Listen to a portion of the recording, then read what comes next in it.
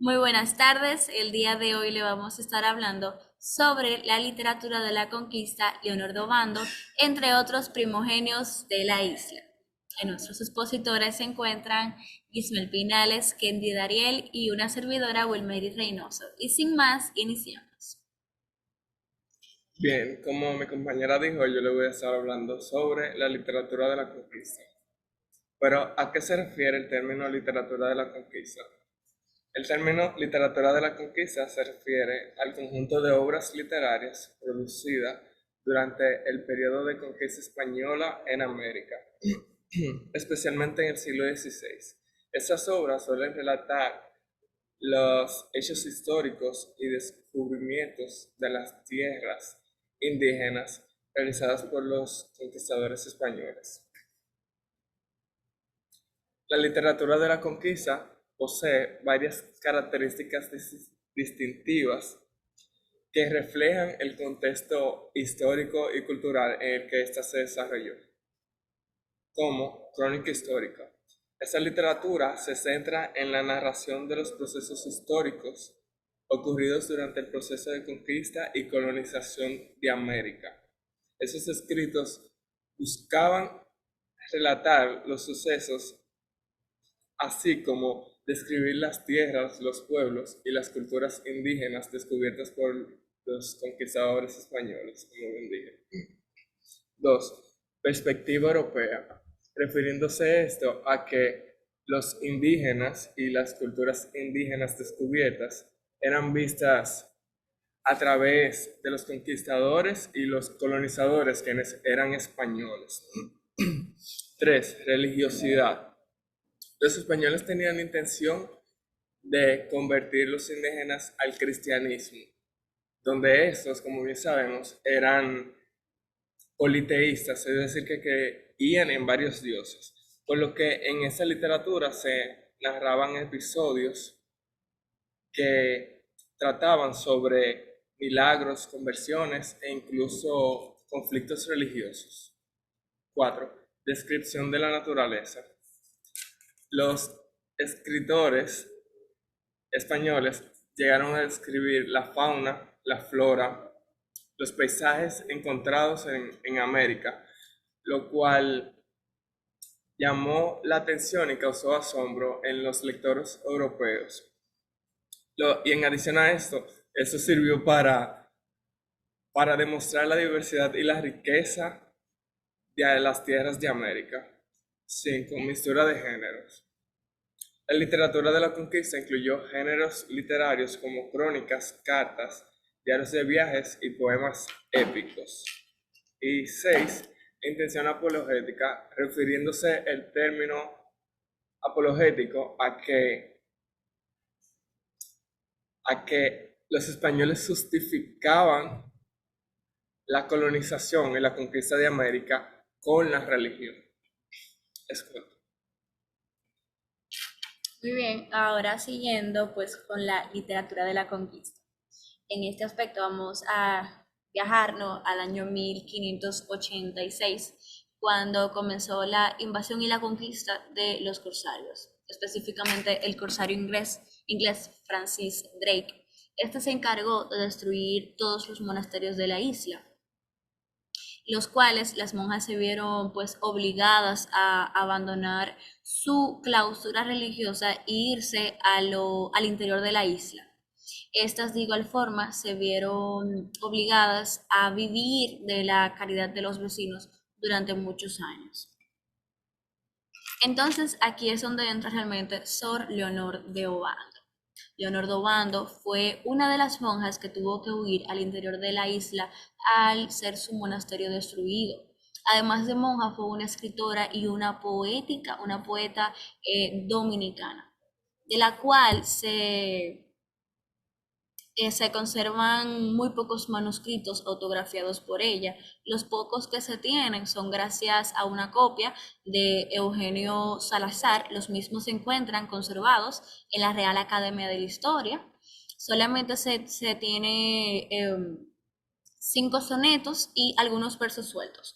Sus producciones o poemas son muy importantes para la cultura dominicana, ya que esta fue hasta acusada de injerencia en asuntos pues no religiosos, principalmente por sus quejas y reclamos al rey ante los abusos cometidos en la isla por el gobernador de Osorio. Es decir, esta no solamente hablaba de religiosidad, sino también que en sus escritos ella exponía, ¿no?, sus quejas, por ende fue acusada por, además de escribir de religiones, sino también como que escribir en contra del rey, del gobernador. Aquí tenemos dos producciones de ella, son poemas, uno se llama El Niño Dios, la Virgen, y el otro es de la misma señora al mismo en respuesta del suyo. Aquí tenemos un ejemplo de una de sus pues, poemas con su puño y letra. Aquí tenemos un ejemplo que es El Niño Dios, la Virgen. Se lo presento para que lo quiera leer, pero realmente el poema estima la gracia del Padre y también estima que su gran deseo es que Dios y el Padre, ¿no? Y la Virgen intercedan por el país, por el país, por el gobernador para ayudar, ¿no? Que intercedan ante esto, etcétera. También habla de la Pascua, de Dios, etcétera. O sea que entre todos sus versos, si realmente si lo analizamos y lo profundizamos, podemos darnos cuenta de quejas y además de eso también estima amor a Dios y el resultado que da, pues seguir a Dios. Sor Leonor de Obando, además de todo lo que hemos dicho, además de ser una monja, una escritora, una poeta, es considerada como la más antigua poetisa del Nuevo Mundo. Es tanto así que hay una calle acá en República Dominicana, Santo Domingo, que se encuentra con su nombre por la importancia que ésta tiene en nuestra cultura.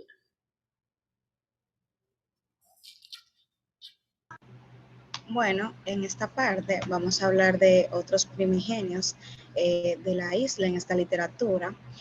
Vamos a iniciar por Bernal Díaz del Castillo, que es uno de los conocidos por su obra Historia verdadera de la conquista Nueva España, y esta proporciona una visión detallada de los eventos personales y durante la conquista de México.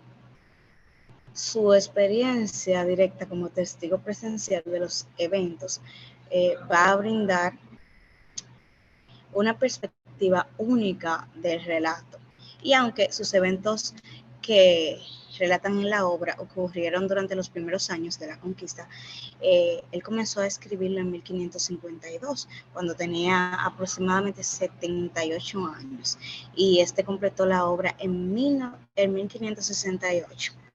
Se esforzó por presentar su obra como una narración veraz y un poco más precisa de los eventos, afirmando que su objetivo era contrarrestar las historias apócrifas que en ese momento estaban circulando.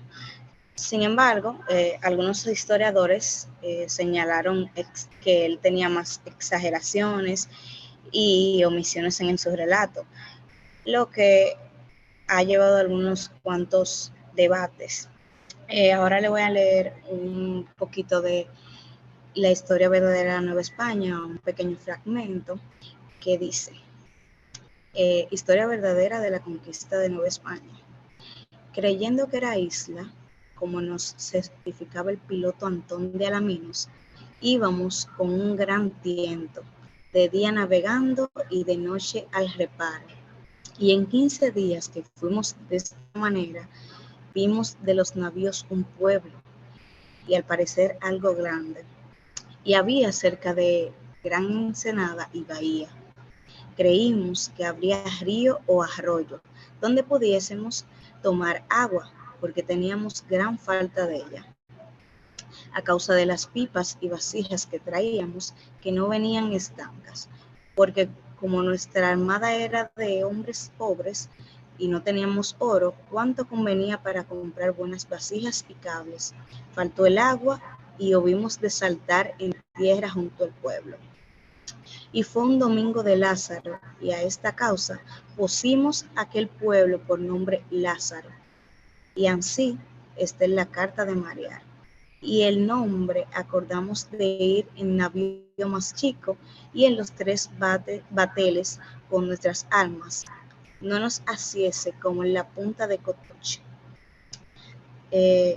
También decía que, y estando de esta manera, vinieron otros muchos indios que traían muy ruines mantas, cargados de carrizos secos, y los pusieron en un llano, y luego, tras estos, vinieron 2 escuadrones de indios flecheros, con lanzas y rodelas y hondas y piedras, y con sus armas de algodón, y puestos en concierto, y en cada escuadrón su capitán, los cuales se apartaron un poco trecho de nosotros, y luego en aquel instante salieron de otra casa, que era su adoratorio, de ídolos 10 indios que traían las ropas de mantas de algodón largas, que les daban hasta los pies y eran blancas, y los cabellos muy grandes, llenos de sangre revuelta con ellos, que no se pueden desparcir ni aún peinar si no se cortan, los cuales indios eran sacerdotes y de ídolos,